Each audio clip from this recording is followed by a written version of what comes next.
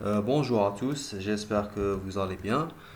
On se retrouve dans cette nouvelle vidéo dans laquelle on va faire le corrigé du sujet qu'on a fait durant notre première séance de révision plutôt. Donc, il s'agit du sujet suivant. Il est composé des quatre tables suivantes, usine, produit, fournisseur et livraison. Il a également un ensemble de remarques relatives à la création de cette base de données. Et ensuite, dans un deuxième temps, on aura un ensemble de 35 requêtes à faire par rapport à cette base de données. Donc, pour le sujet, vous l'aurez dans la description de cette vidéo. Mais sinon, vous pouvez faire une capture d'écran si jamais vous préférez euh, répondre aux questions avant de voir le corrigé. Voilà, donc voilà pour ce qui est de la première page. J'espère que c'est clair. Et voilà pour ce qui est des requêtes. Parfait. Donc, sinon pour le corriger, je vais essayer de vous proposer un corrigé très détaillé, même si ça va prendre beaucoup de temps. Et c'est pour cette raison-là que, que vous aurez ce corrigé en partie. Donc je vais m'arranger pour terminer la création de cette base de données dans cette première partie, puis on verra pour comment on va faire par rapport aux requêtes. Donc sans plus attendre, on passe à la création de cette base de données, mais avant, on va tout d'abord créer un nouvel utilisateur. Donc pour ce, on va se connecter en utilisant l'utilisateur système. On a le create user, correction, révision par exemple, identified by, correction, révision.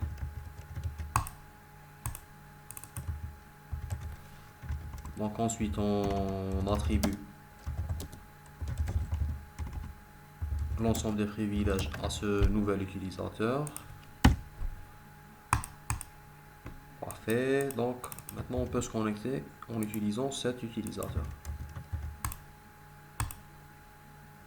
Parfait.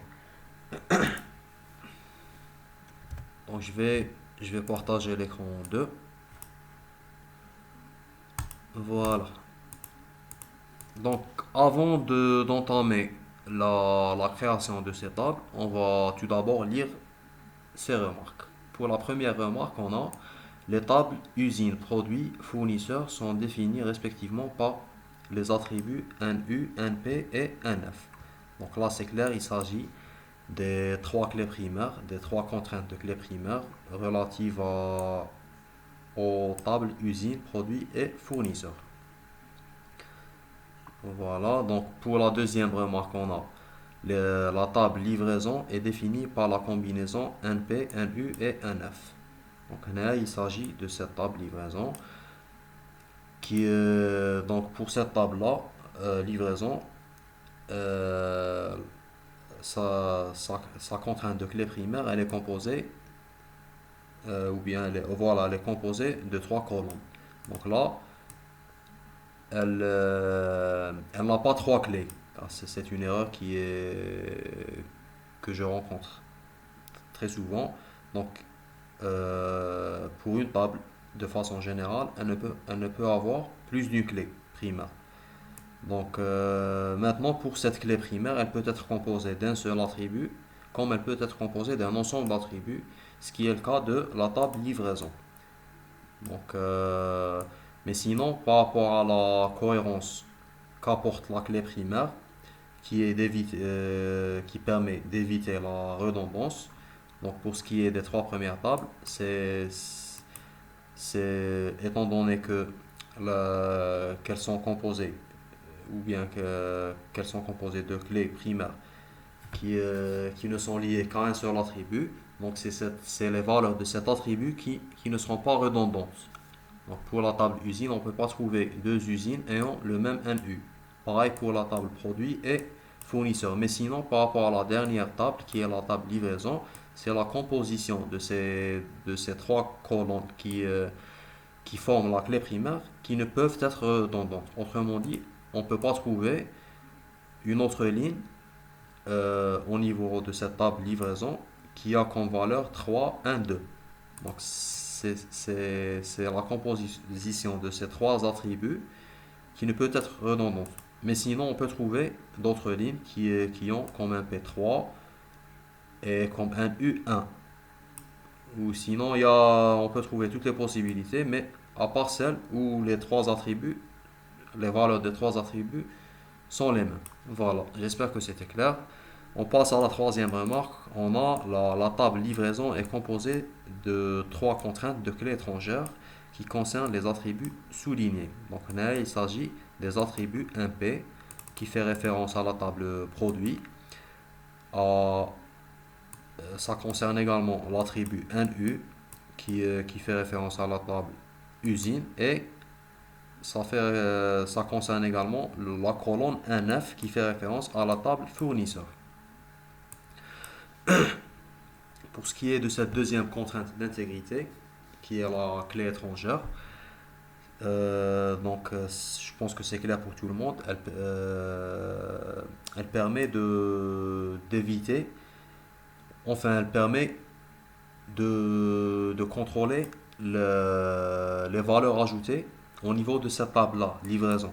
Autrement dit, on ne peut pas ajouter une livraison en insérant un numéro de produit qui n'existe pas dans la table produit, ce qui est logique. Donc, pareil pour, le, pour la valeur NU, une usine devrait obligatoirement être insérée dans la table usine pour pouvoir l'insérer dans la table livraison. Pareil pour l'attribut NF. Donc, c'est ce qu'apporte la contrainte de clé étrangère en termes de cohérence. On passe à la quatrième remarque. On a le poids d'un produit est strictement positif. Donc, c'est une contrainte de vérification. Donc, elle permet également de garantir une certaine cohérence à partir du moment qu'on a au préalable pardon, les valeurs ou bien la plage de valeurs que peut avoir un- une colonne. Ce qui est le cas de la colonne euh, poids. Donc pour le poids, c'est clair qu'il doit être positif. Il ne peut pas être nul ni négatif.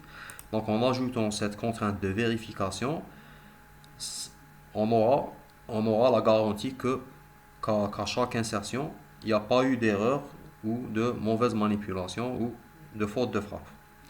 Donc c'est aussi simple que ça. Pour ce qui est de la cinquième remarque, on a la quantité d'une livraison est strictement positive. Là aussi, c'est une contrainte de vérification qui va permettre de contrôler la valeur insérée au niveau de la colonne quantité. Donc, si elle n'est pas positive, ça sera refusé. Et enfin, on a comme remarque, l'adresse email d'un fournisseur doit être unique. Donc, ça aussi, c'est une propriété qu'on peut rajouter aux colonnes. Donc, mis à part la clé primaire qui ne peut être redondante, on peut également ajouter l'unicité à un attribut. Donc, ça permettra, si on se réfère à notre exemple actuel, en ajoutant cette unicité à l'attribut email, ça va nous permettre d'être sûr qu'aucun fournisseur n'ait une adresse email qui est identique à un autre fournisseur. Donc là, pour le coup, on aura également, pour cet attribut, l'unicité telle qu'on l'a pour l'attribut clé primaire. Sinon, pour cette cinquième et dernière remarque aussi, on a l'adresse email d'un fournisseur doit être unique et correctement écrite. Pour ce qui est de la façon d'écrire un email, donc là aussi c'est une contrainte de vérification qui permettra de vérifier tout simplement si cette chaîne de caractères correspond à une adresse email ou pas. Donc en vérification, on peut, on peut voir si l'arrobase il est inclus, si le point il est inclus par exemple. Donc on va se limiter à ça. Très bien, donc on passe à la création de nos tables et commençons par la table usine. Donc on a le create table usine. On a le NU qui d'après les données qui nous sont fournies, c'est un integer. Et c'est également une clé primaire d'après les remarques. Pour le nom, c'est une chaîne de caractères, donc on met varchar. Donc on met 25 caractères au pif. Et on ajoute également le not nul, étant donné qu'il n'y a pas, dans les données qui nous sont fournies, il n'y a pas une usine qui n'a pas de nom indiqué. Donc on met le not nul. Maintenant, vous pouvez aussi me dire qu'on n'a pas mis le not nul au niveau du NU. Oui, on le met pas parce que la contrainte de clé primaire, elle garantit également que l'attribut ne peut être nul. Donc on pouvait l'ajouter là, mais ça n'aurait servi à rien car cette propriété est déjà assurée par la contrainte de clé primaire. Donc pour ce qui est du dernier attribut qui est la ville, donc on met également varchar not nul. Très bien. Donc je vais mettre tout ce qu'on fera dans cette révision dans le bloc-notes. Pour la deuxième table, on a le create table produit. Un P qui est également un integer, primary key. Nom produit varchar, on va aussi mettre 25. Not nul, not nul. Couleur varchar, on va aussi mettre, je vais mettre tous les varchar à 25. Mais sinon pour la couleur, si on vérifie bien les données, il y a au niveau de au niveau du quatrième produit plutôt, la couleur n'est pas indiquée. Il y a le nul, donc on peut pas mettre not nul là, étant donné qu'on peut accepter des produits nuls, des produits n'ayant pas de couleur renseignée, pardon. Donc on met pas le not nul.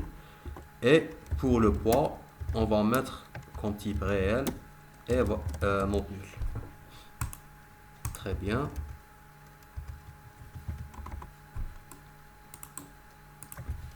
Donc on a pour la table fournisseur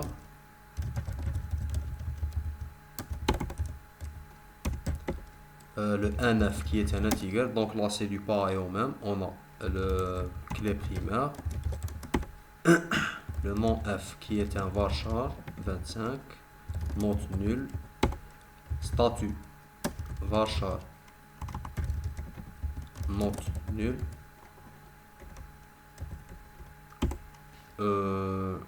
ville varchar 25 not nul. Sinon, je pense que j'ai oublié l'une des remarques. Je vais juste terminer ça. Varchar 50 pour l'email, il peut être grand. Donc, je vais juste copier ça, puis revoir ce qu'on a fait jusqu'à présent. Donc, pour la table usine, ok. Mais pour la table produit, j'ai oublié d'ajouter la contrainte de vérification par rapport au poids. Comme quoi, il devrait toujours être positif. Donc, pour ce, il y a deux possibilités. On peut soit ajouter la contrainte après la création de la table. Donc là, on va tester les deux possibilités. Partons de ce contexte où la table produit elle a déjà été créée. Donc on peut ajouter une contrainte de clé primaire, de clé étrangère ou de vérification ou n'importe quelle contrainte ou n'importe quel attribut par la suite. Donc on a le alter table produit add check, la contrainte de vérification. Donc add check, entre parenthèses, on a poids positif. On exécute. Table modifiée, alter. Sinon, pour la deuxième possibilité, on va supprimer la table produit, drop table, produit. là, la table, elle a été supprimée de ma base de données, pardon. Puis ensuite, on ajoute la contrainte de vérification. Donc on a quoi? Supérieur à 0. Très bien. On termine là où on s'est arrêté. Donc on a pour la table fournisseur, pour l'email, il doit être nul, donc on ajoute, euh, il doit être unique, pardon. Donc on ajoute unique au niveau de la déclaration de cette colonne. Mais sinon, on aurait pu mettre nul là, unique, pardon, je sais pas pourquoi je dis nul. On aurait pu mettre cette contrainte d'unicité de façon séparée. Donc les deux syntaxes sont bonnes, quoique je pense que lorsqu'on a l'unicité que pour un seul attribut, il serait plus simple de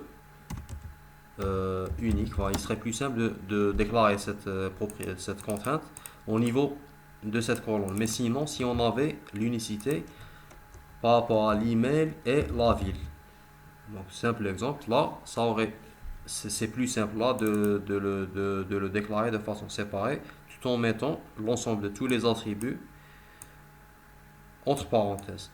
Voilà. Donc, on remet unique. Voilà, ça c'est également faisable pour la clé primaire. Donc, on peut également déclarer la clé primaire de façon séparée tout en mettant entre parenthèses l'attribut. Mais vu que dans ce cas, il ne s'agit il s'agit plutôt d'une clé primaire qui ne concerne qu'un seul attribut. Donc, il est plus simple de déclarer cette contrainte au même niveau que cet attribut. Donc, on a email varchar unique not nul. Il ne nous reste plus que de déclarer la contrainte de vérification. Donc, pour cette contrainte-là, donc on a l'email, il doit inclure. Donc, pour ce, on utilise le like. Donc pour vérifier si si un caractère plutôt est inclus dans une chaîne de caractères, on utilise le like. On aura l'occasion de le voir à travers les requêtes qu'on fera plus tard. Donc on a like, arrobase. Donc l'email doit inclure l'arrobase and il doit également inclure un point. Voilà. On va se contenter de ces deux vérifications. Voilà, parfait. Donc maintenant, on passe à la création de la dernière table, qui est la table livraison. Create table, livraison. Un P, integer, un U, integer, un F, integer. Integer, voilà. Donc pour la clé primaire, on l'ajoute de façon séparée. Donc on peut pas faire autrement là, vu qu'il y a une clé primaire qui est composée de plusieurs colonnes. Donc on peut pas faire autrement là. NF. Il nous reste la quantité, integer, not nul. Et enfin, il nous reste aussi la contrainte de vérification par rapport à la quantité supérieure à 0. Puis, on termine par les clés étrangères. Donc, pour ce, on met la syntaxe, c'est la suivante: foreign key, imp, references, produit imp. Donc, elle dit comment on va la lire. On a une contrainte de clé étrangère qui concerne l'attribut imp, qui fait référence à à l'attribut imp de la table produit. Voilà. Donc de la même façon, on va ajouter les deux autres clés étrangères, NU, references, usine NU, et enfin foreign key, NF, references, fournisseur, pardon, NF. Pareil. on exécute. Très bien. Donc là, on a créé donc, 4 tables en suivant toutes les remarques.